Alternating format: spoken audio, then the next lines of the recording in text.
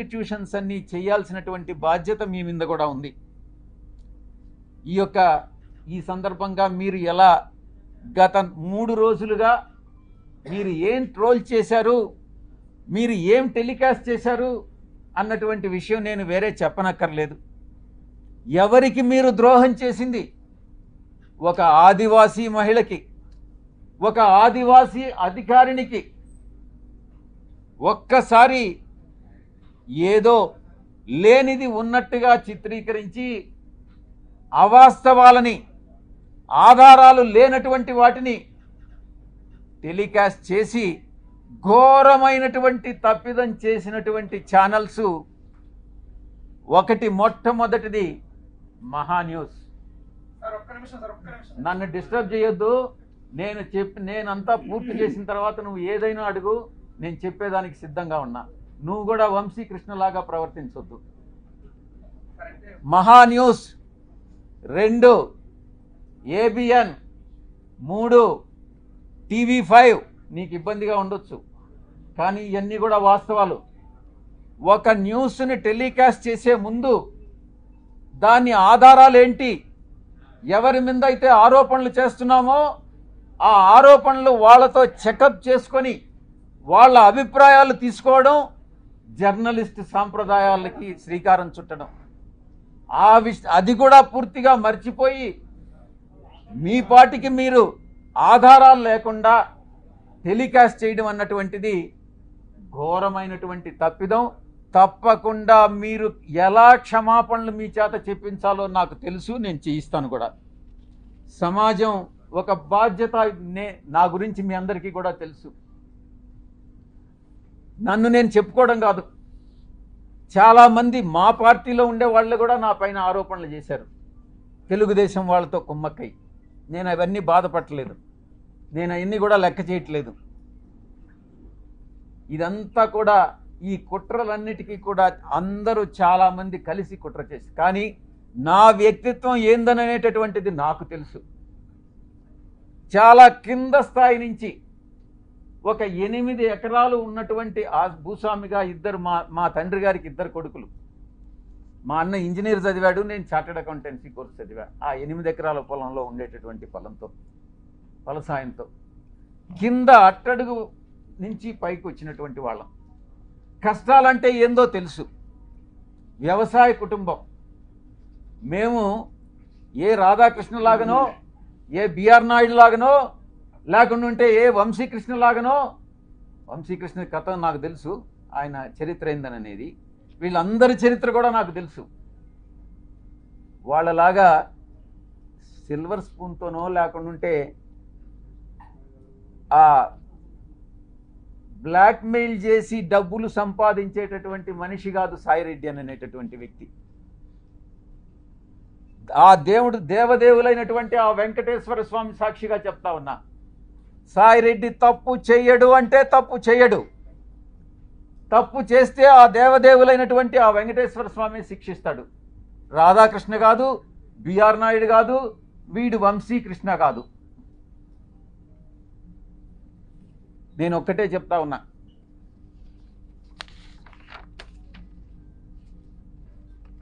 ఒక ఎంపీగా, బాధ్యతాయుతమైనటువంటి ఎంపీగా నా యొక్క బాధ్యతలను నేను నిర్వర్తిస్తా ఉన్నా.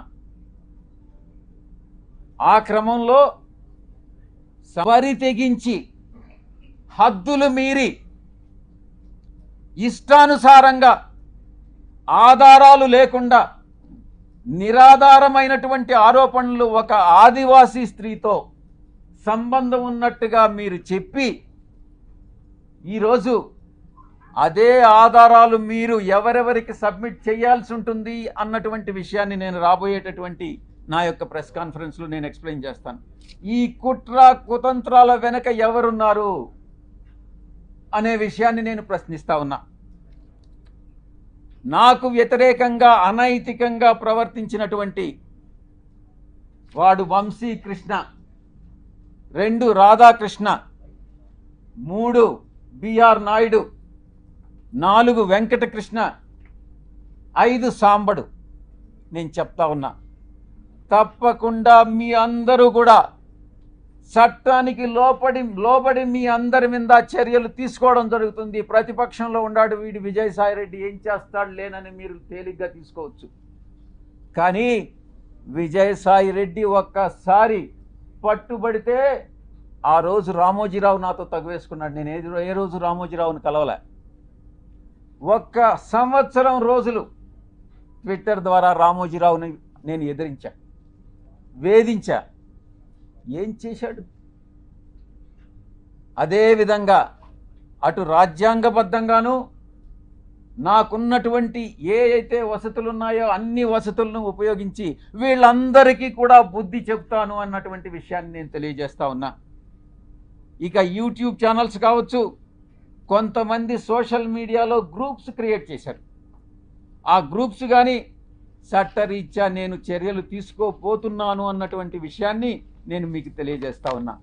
ఆ చర్యలు ఏందనేది కూడా మీకు చెప్పి చేస్తాను. మీకు వెన్నుపోటు పొడిచేటటువంటి ఉద్దేశం నాకు లేదు. మీకు చెప్పి చేస్తాను. ఫస్ట్ మొట్టమొదటిగా మిగతా వాళ్ళని పక్కన పెట్టినా కూడా వంశీకృష్ణ అనే వాడిని మాత్రం నేను వదలను. తప్పకుండా ప్రివిలేజ్ మోషన్ పార్లమెంటులో మూవ్ చేస్తాను.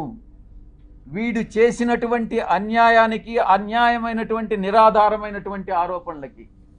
2, ఎడిటర్స్ గిల్డ్ ఆఫ్ ఇండియాకి కంప్లైంట్ చేస్తా. 3, ప్రెస్ కౌన్సిల్ ఆఫ్ ఇండియాకి కంప్లైంట్ చేస్తా. నేషనల్ ఉమెన్ కమిషన్కి కంప్లైంట్ చేయిస్తా. నేషనల్ ట్రైబల్ కమిషన్కి కంప్లైంట్ చేయిస్తా.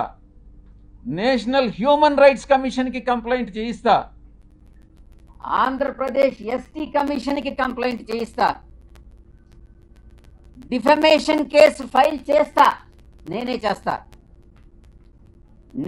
యూనియన్ ట్రైబల్ మినిస్టర్ని కలిసి వీడు చేసేటటువంటి అన్యాయాలు, వీడు చేసేటటువంటి అకృత్యాలు, వీడు చేసేటటువంటి బ్లాక్మెయిల్స్, వీడు చేసేటటువంటి ఇండస్ట్రియలిస్ట్ అందరినీ కూడా పిలిచి వాళ్ళని బెదిరించి, నీ ఇండస్ట్రీలో ఇవన్నీ తప్పులు చేశావు, నువ్వు ఇంత నాకు బ్లాక్మెయిల్ అమౌంట్ కట్టు అని బెదిరింపులను కూడా నేను కేంద్ర మంత్రికి నేను విన్నవిస్తా.